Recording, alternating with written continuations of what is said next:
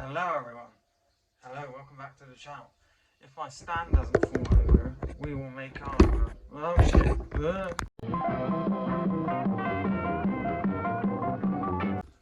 Hello everyone. Hello, welcome back to the channel. Today, I'm going to talk about what is quite possibly my most asked question. People ask me loads of questions back in the day, and the one I always used to get is, should I buy old vinyl or new vinyl? Second-hand or new reissues? And luckily it's a nuanced question that can take about 8 minutes to explain. So here we go. So the first thing we'll talk about is price, and for the most part, 99% of the time, second-hand vinyl will be cheaper, will definitely be cheaper. The 1% is if something is a bit rare or a bit sought after, it's going to be more expensive. And then like, if you want like a first pressing, or you want a mono pressing or whatever it might be, that can sort of raise the price. But if you don't care about any of that stuff and you just want it to sound good, then generally it will be cheaper. For an example, Oasis released this red one here, you can see up there. That's Familiar to Millions, which is their live album, and they only ever released it on vinyl once in the early 2000s. And I think even that was like a limited test run. So those vinyl, they go for easily 300, 400 quid when they sell. You know, I couldn't bring myself to spend that much money on one album, even though I really want one.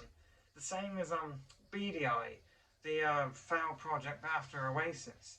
They released their albums on vinyl, but they've never seen a reissue in over 10 years. So those albums, if they go on sale, are worth hundreds, and it sucks because I really want them.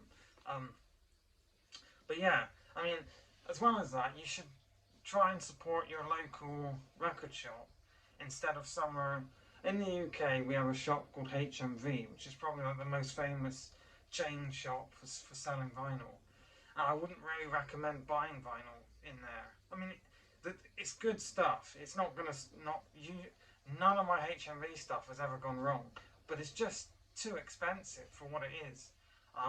They massively rip you off in there, and now they do 2 vinyls for £50. It's not worth the money. Don't go in there. You should support your local record shop. If you're ever in Bristol way, then you should check out Longwell Records. This is not sponsored, but they're just a fantastic record shop who know their stuff, and they're a great company. But there's loads in Bristol, and Rough Trade's a good one. They're a chain, and they can be a bit pricey, but there is a Rough Trade Records in Bristol, and there's some good stuff in there. They do second hand sometimes. So moving on, I have 2 records here to show you. They're both the same album. We have Bob Marley's Greatest Hits, or Legend. Now, I have 2 copies of this. So I bought, obviously everyone loves Bob Marley, and especially his hits. You can't not like this album. I think this is one of the best selling albums of all time as well.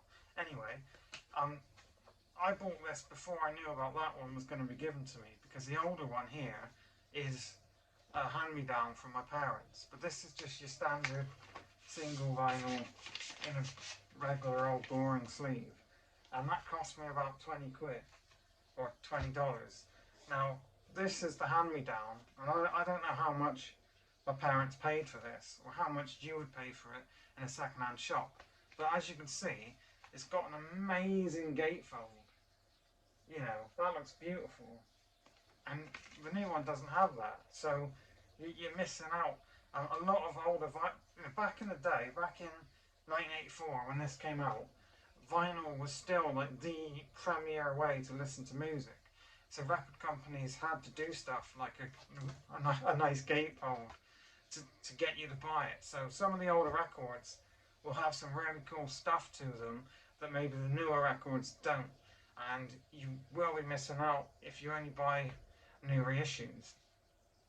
Now, going on to sound quality, sometimes a new reissue can be done in a 45 RPM master or whatever. I don't understand it. I know that's bad. I'm the vinyl guy, but it goes right over my head. And quite frankly, the sound quality is very subjective, and it depends on your record player and your speaker system more than it really does about the vinyl. Um, Now, some people are called audiophiles, and they're really anal about that stuff. I don't really care. As long as they don't skip and don't sound really muffled, I think it sounds fine. But you can get, like, some people will say, like the Beatles in mono sounds better than the new 2009 digital masters, and some people say analog is better, digital's better, blah blah blah blah blah.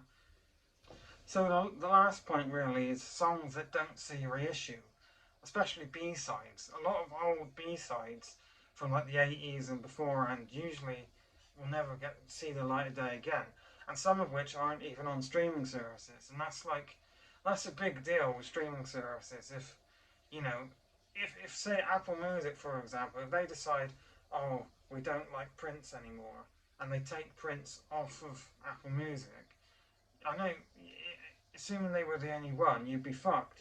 You know.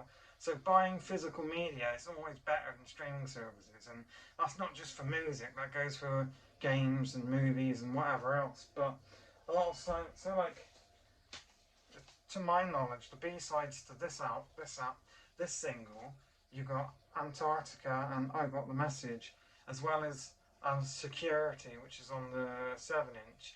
They're not on Apple Music, they're not on streaming services, and that really sucks because they're good songs. And obviously, streaming services, they're not out to get like every song ever made on them. They're there more for like the most popular artists of today and to make money. It's all about money, and they're not going to make money putting on some obscure Men Without Hats song from the 80s. And also, there's like the licensing and all that boring stuff, but generally you can find some really good songs that you've never heard of and you would never see because they're not on the streaming service, or they haven't been reissued on vinyl.